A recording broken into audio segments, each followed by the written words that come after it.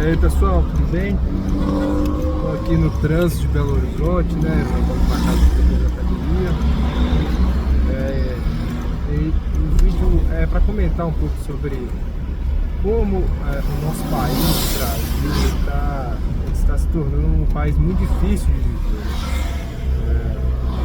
A gente viu aí nos últimos dias na imprensa notícias de que várias empresas elas saíram do Brasil, né, por causa do custo, por causa do aumento de impostos.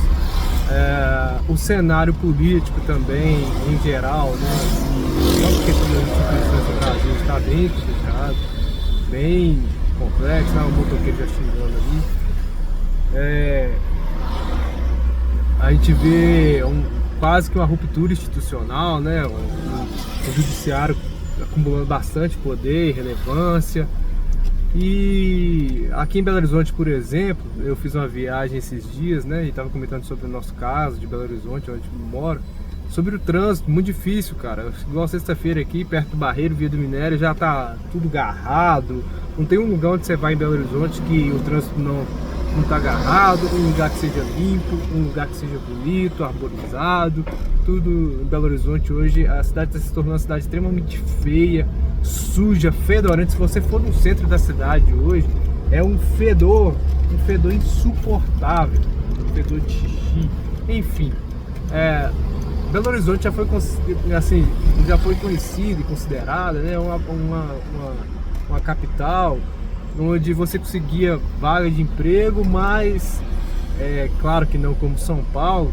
Eu acho que aqui já até superou o Rio, mas que era uma capital mais tranquila, né, com menos violência, menos vucu-vucu, assim, era um lugar melhor para se ver, até pelo estilão do mineiro de si. Mas a grande verdade é que Belo Horizonte, a região metropolitana de Belo Horizonte, está ficando assim extremamente cansativo de viver. E isso assim, é um reflexo do país, né? Então, eu estou falando especificamente de Belo Horizonte, mas parece que o país como tudo tem piorado em suas diversas áreas.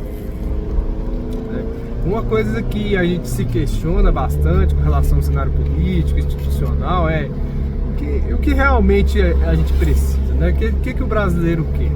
A gente vê aí um fetiche com o tal da defesa da democracia, tudo isso que vem agregado, né? Liberdade de expressão, enfim, uma série de coisas. E uma coisa que eu estava refletindo já faz um tempo, na verdade, né? Eu vi um podcast do chinês falando sobre isso, falou assim, vocês querem liberdade de expressão? Mas pra que vocês querem liberdade de expressão? Vou falar mal do governo. Se aqui vocês é roubado, o que adianta a liberdade de expressão? Você pode criticar o governo, pode xingar todo mundo, mas vocês têm medo de sair na rua. Eu posso criticá-lo? Não, eu acho que ele tem uma boa dose de razão. Deixa eu só encostar o carro aqui, rapidinho vou terminar meu comentário aqui. E assim, poxa vida, cara, ele tem razão. Ele tem razão sobre isso aí. O que adianta? A liberdade de expressão, a liberdade de você fazer as coisas, né? Certas coisas, mas você não tem segurança, não tem liberdade como cidadão para exercer sua cidadania e andar livre na rua, né? E eu queria até casar isso com a notícia de que teve um assessor aí que falou que o Alexandre de Moraes, né, ele quer ser presidente do Brasil em breve. Cara, assim, eu tava olhando, pesquisei Alexandre de Moraes no Instagram. Cara, mesmo as páginas de apoio, cara, são ridículas de engajamento. Uma coisa que eu acho que o senhor Alexandre de Moraes ele não sabe é que a população não gosta muito dele. Tem um apoio, sim, tem, mas é um apoio da esquerda, que é um apoio, assim, acho até um pouco enganado, achando que o Alexandre de Moraes ele é um cara de esquerda trabalhista, lulista. Ele não é. O histórico dele diz isso. Eu acho que ninguém muda da água pro vinho. Eu acho que ele tá fazendo, assim, um trabalho de exercer o poder, mas em questão de aprovação popular para ser presidente da República, ele não ganharia nunca, pelo menos eu acho. Tá? A não ser que ele conseguisse esse poder, de certa forma, armazenasse, né, ele conseguisse o apoio do próprio Lula ou do Bolsonaro, enfim.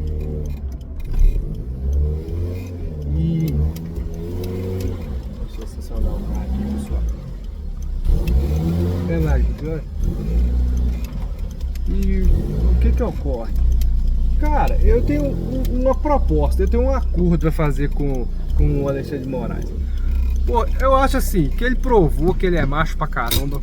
O cara peitou a Magnitsky, fez o Trump parecer um trouxa.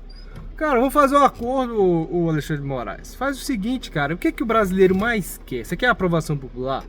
Começa a colocar bandido na cadeia. Eu sei que tem uns problemas um pouco complexos aí, que você tem que tratar com a galera, muito importante. Mas assim, vamos dizer assim de maneira um pouco pragmática. Cara, você tá no topo, mano. Você não precisa dar satisfação pra ninguém mais. Tem certos acordos que não são justos de serem cumpridos.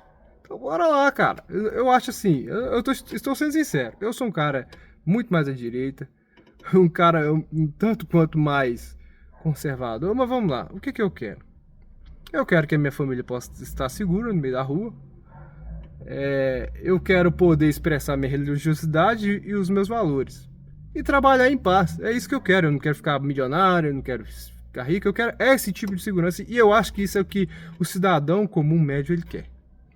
Então assim, vamos dizer que um autocrata soube no poder aí, vamos dizer, você não pode criticá-lo, mas ele vai te dar segurança, né? Ele vai caçar os bandidos, vai acabar com as organizações criminosas, vai não vai interferir na questão religiosa e nem nos valores familiares, deixar o pessoal em paz. Cara, eu faria esse acordo.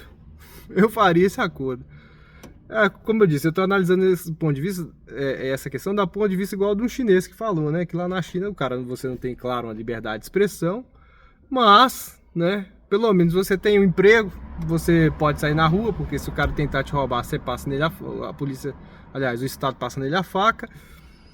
E você pode criar a sua família mais ou menos do jeito que você quer. Claro, a questão lá na China, que eu acho que é um ponto a se destacar, é que é a liberdade religiosa, que lá parece, assim, pelo que parece, pelas informações que eu tenho, que parece que não é bem uma liberdade religiosa de fato. Então isso ficaria o alerta. Mas, para além disso, cara, eu não vejo, assim, sinceramente, eu não vejo hoje que vantagem tem o Brasil ser uma democracia. E tem outras coisas também bastante importantes que a gente tem que olhar para o mundo atual e ver para onde que ele está indo. E eu tenho, assim, uma boa dose de certeza de que o mundo não está caminhando para a democracia plena, nem para um fortalecimento dela. Eu acho que a gente está indo na direção contrária. Eu acho que é isso por hoje. Fica com Deus. Digam aí suas opiniões, o que vocês acham, se vocês concordam, se vocês acham que seria uma coisa terrível, que eu estou completamente errado.